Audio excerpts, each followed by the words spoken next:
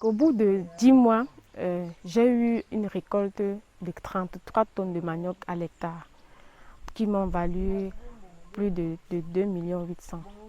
Donc vous pouvez calculer le bénéfice que j'ai eu en commençant avec 75 000 francs.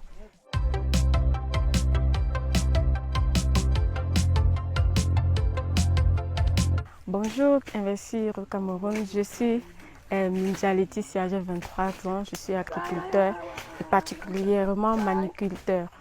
Tout déjà commence en 2017 après l'obtention de mon baccalauréat littéraire. Alors je suis arrivée à l'université. Bon, les cours ne m'intéressaient pas parce que j'avais l'impression de me faire répéter ceux du secondaire. Bon, étant déjà une élève brillante à la base, j'ai décidé de me payer plutôt une formation avec l'argent des frais universitaires à l'université. J'ai fait une formation en secrétariat bureautique et j'ai été employée là-bas où j'ai touché un salaire de 40 000 francs. Voilà, j'ai économisé. Et puis, un jour, il y a un client qui est venu pour l'impression de l'un de ses documents. Et le titre m'a beaucoup interpellée. Il parlait de la culture des plantes à racines, parmi lesquelles il y avait le manioc. Donc, je l'ai pris, je l'ai lu chez moi et puis tout est parti.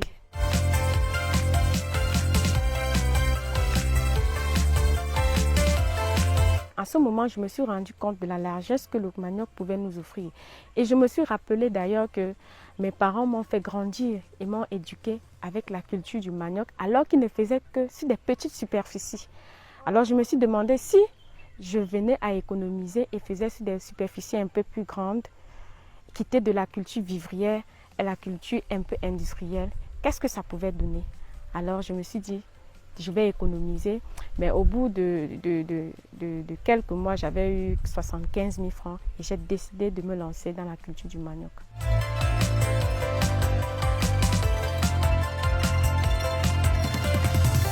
Mes parents savaient que j'allais à l'université.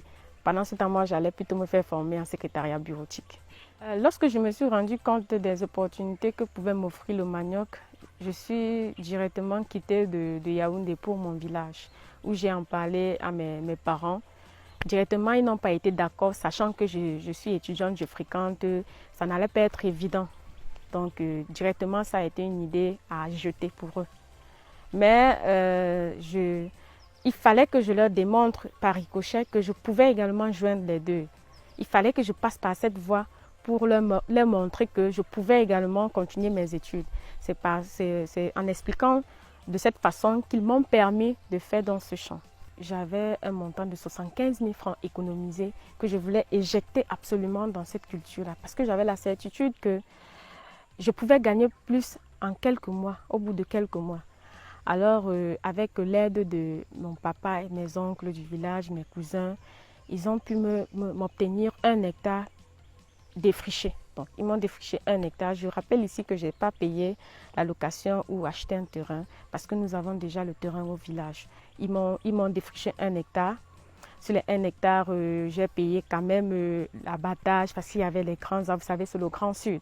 Il faut payer l'abattage. J'ai payé l'abattage. Ils m'ont aidé à semer.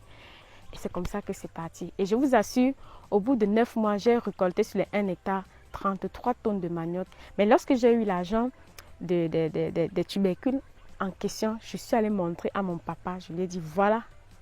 Et j'ai profité à cet instant pour lui dire que j'arrêtais l'école. Donc, c'était un alibi parfait pour moi.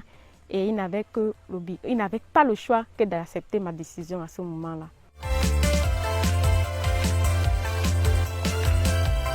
L'activité aujourd'hui que je mène c'est-à-dire la culture du manioc, s'étend sur plus de 11 hectares qui sont un peu dispersés dans divers villages. Donc cette activité aujourd'hui m'a permis d'employer plus de personnel puisque pour arriver à ce stade-là, il faut un personnel robuste et fixe. Donc j'emploie des tantes, des cousins qui s'y mêlent et font le travail. Oui, donc il faut qu'aujourd'hui vous essayez de défricher jusqu'à l'arbre là. L'arbre là? Oui. Okay. D'accord. Il y aura toujours des petits complexes elle est plus petite, pourquoi est-ce qu'elle doit nous donner les ordres alors que ce sont des... En fait, il y aura toujours ces petits complexes, mais il faut également savoir les amortir. Actuellement, la superficie cultivable qui sera utilisée est de 2 hectares. Donc, nous sommes en train de faire 2 hectares de manioc blanc qui seront destinés à la transformation. Aujourd'hui, voir les caméras, le travail n'avance pas, c'est un peu lent. Mais après, eux-mêmes, ils connaissent ça, c'est le feu.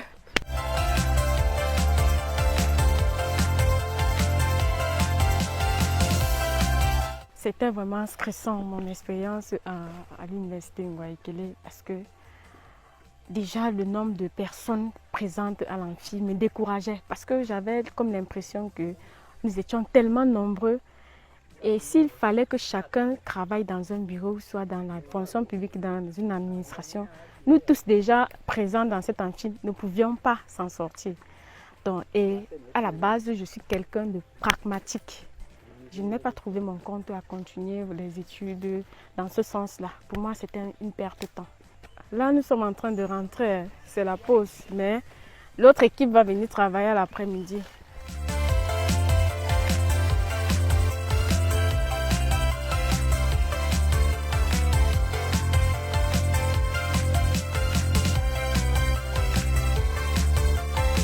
Durant tout mon parcours, j'ai eu la chance de collaborer avec des clients qui prennent le manioc vraiment en grande quantité. Mais étant heurtée par la difficulté de produire à la hauteur de leur demande, je suis obligée de travailler avec d'autres producteurs pour essayer de satisfaire leurs demandes. Je me rapproche des producteurs qui peinent à écouler leurs marchandises, que j'aide à écouler. Donc aujourd'hui, je fais une sorte de trading du manioc. Je rêve beaucoup d'être comme certains de mes modèles, à l'égard de Madame Photo qui est une championne dans le domaine du cacao. Un leadership, faire partie des personnes, des femmes qui font le leadership de l'agriculture, comme cette dame. J'aimerais être également celle qui produit le manioc sur des superficies vraiment alléchantes et qui lui donne sa valeur.